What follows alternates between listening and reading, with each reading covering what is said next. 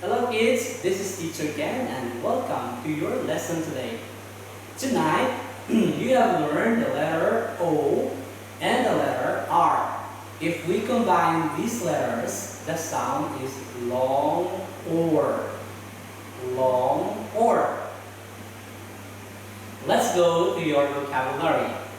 This one is or fork. Or fork.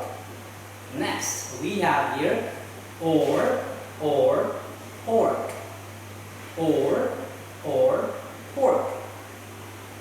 This one is or corn. Or corn. And also we have here the or storm. Or storm. And we have also here the or horn. Or horn.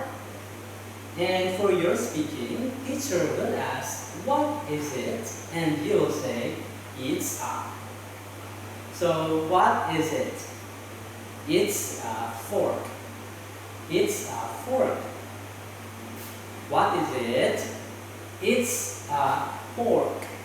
It's a pork. What about this one? What is it? It's a corn. It's a corn. What is it? It's a storm. It's a storm. And what is it? It's a horn. It's a horn. And that is the end of your lesson today.